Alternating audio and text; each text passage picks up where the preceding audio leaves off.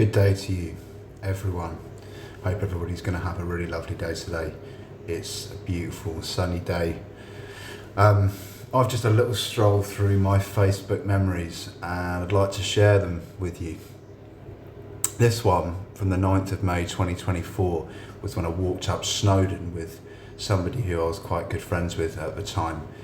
We sort of fell out in the winter. He phoned me up in the hospital and kind of tried to gaslight me into pretending that a member of my family wasn't actually related to me, and sort of pressurised me and kind of tried to sort of, in a sort of passive aggressive but still very overtly friendly way and with a level of decorum, just tried to sort of persuade me that I should become compliant and conducive with a sort of narrative which is completely odds with the truth. You know, he knows that, I know that. But anyway, got very sore legs climbing up Snowdon on that day. There's a picture of a fan. This was an interesting story. I think I was at Signet Taunton when I first bought this fan. I thought there was like some sort of weird, carbon monoxide or some sort of gas being leaked into my room, and I bought this tiny little desk fan from in town in Taunton and used to place it right by the mesh on the window to try and exude all of the gases from inside my room out into the outside air. Absolutely bizarre, crazy thought, but quite a cool photograph. Sort of represents kind of people being put behind bars, but also the kind of the symmetry of kind of Phi and Fibonacci. I thought the angular sort of nature of the fan was quite a cool photo. 4 years ago, on the 9th of May 2021, I wrote this post, and my state of mind has changed a lot over the last few years, but some things remain the same, some things definitely have changed. On the 9th of May 2021, I wrote, sort of feel like I should reassure humanity that they're going to be absolutely fucked if they don't stop being such animals. So like, just don't worry, you're fucked. But I'm well up for helping everyone out, which is sort of great, except for you keep trying to fuck me, which is sort of one of the main reasons why you're fucked. But like, that's nothing to do with me. I'm just well up for helping everyone out. But don't worry, unless you keep doing what you're doing, because then we'll all be fucked. Know what I mean? And like, there's kind of like a sardonic, kind of sarcastic arrogance about what I wrote on the 9th of May 2021. But I was just kind of sort of trying to put it to people that people who align themselves with kind of gross and extrapolated criminality and cruelty probably will face negative consequences to that. Much like my video the other day, I think, per capita, if you take 1,000 people who live their life well and 1,000 people who live their life, immorally and, reprehensibly, some will be exceptions to the rule of, scripture, which says that you'll be living in heaven if you're good and hell if you're bad. But most of those people who do awful things will end up having awful lives, and people who do good things and are kind and compassionate, forgiving, loving and constructive and creative typically will have better lives. And that was what I said then. This was 4 years ago. On the 9th of May 2021, I wrote, trying to fuck someone over who's investigating and attempting to apprehend serious child sexual assaults is legally not very different from actually committing serious child sexual assault yourself. This is especially true if your actions are facilitating similar crimes currently taking place, as well as having done so historically. This is, of course, if viewed from the perspective of the law of any given nation state, provided by its own legislation and enforced by its own security infrastructure.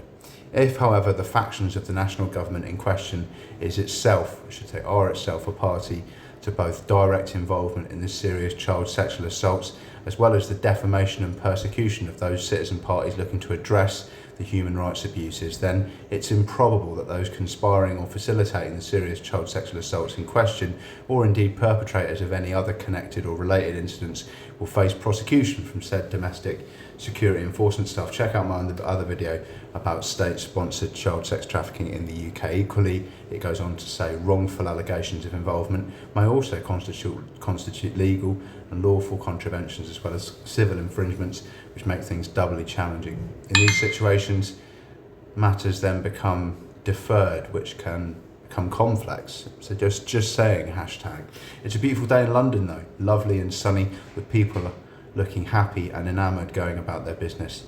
I'm going to be working on sorting out some accommodation with an outreach worker from St Mungo's, eating Waitrose soup and enjoying all the nice parts of our society which blossom at this time of year. Music, smiling people, sunshine, comedy, reciprocity and common decency, all of which still abound despite the problems nobody knows how to deal with yet.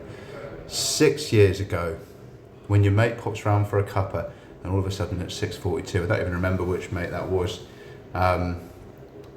but those are the end of my Facebook memories today. I've been, sort of following this path for a long time, and things have changed along the way. I've changed as a person, and I wrote somebody, one of the service users got me on WhatsApp, sort of said like, I love you in a message, cheers bro, safe mate, I love you man. And it's like, I don't love him, he doesn't love me, we hardly know each other. And I said something along the lines of, love makes us do crazy things sometimes, when we kind of, out of protection or out of kind of a sense of honour or dignity or kind of actions endowed with the power of love can become really ulterior to things that we might normally express or say or feel or do. But enjoy the sunshine today with the people that you love if you're able to. And if, like me, you're not able to do that, then just try and make the best of what there is.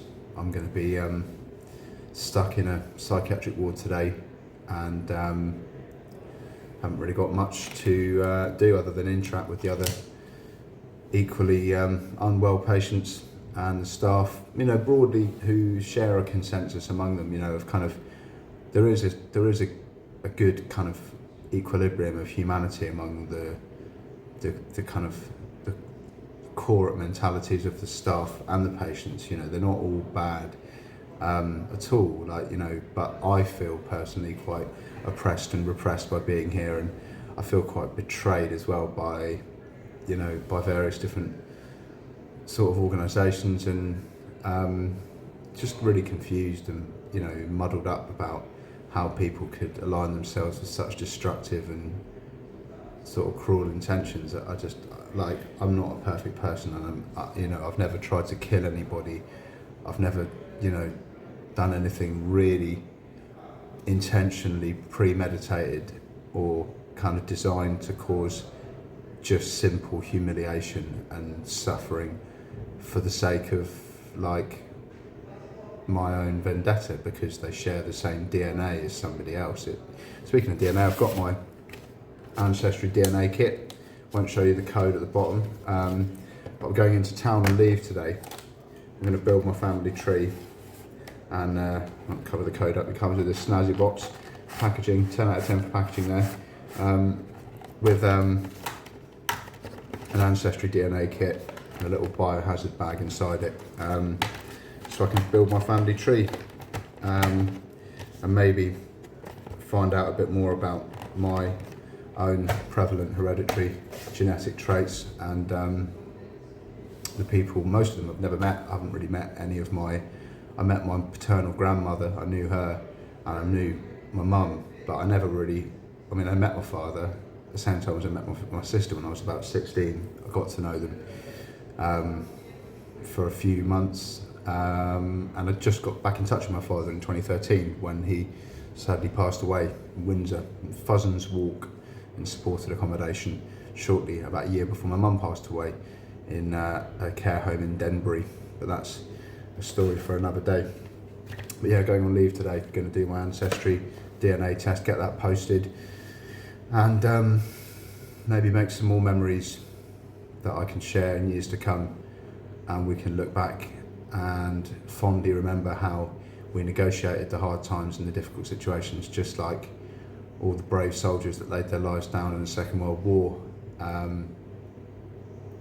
did what they knew they could and they should, not advocating martyrdom. I'm certainly not suicidal, and not suggesting that their deaths or anything other than something that should be honoured. But sometimes in an impossible situation, you've got to reach for your deepest reserves of, compassion and integrity and sort of altruistic intent to make bad situations turn into good ones. But thank you to everybody who's tried to support me, and for the friends I've made and the friends I've lost. I forgive you, and it's with only the best of intentions that I intend to proceed forward with whatever transpires and is made of everyone's transgressions. And I wrote a little poem on Facebook. I'll read you that one before I go. I wrote it last night. It's about saying sorry. It says, if I said sorry, you'd look within and quantify your mortal sins. He can't mean that, my foes would cry. We tried our best to make him die and took the piss while he was grieving. Apologies can have no meaning. Once you understand revenge, it stands before you like Stonehenge, immovable and puzzling too.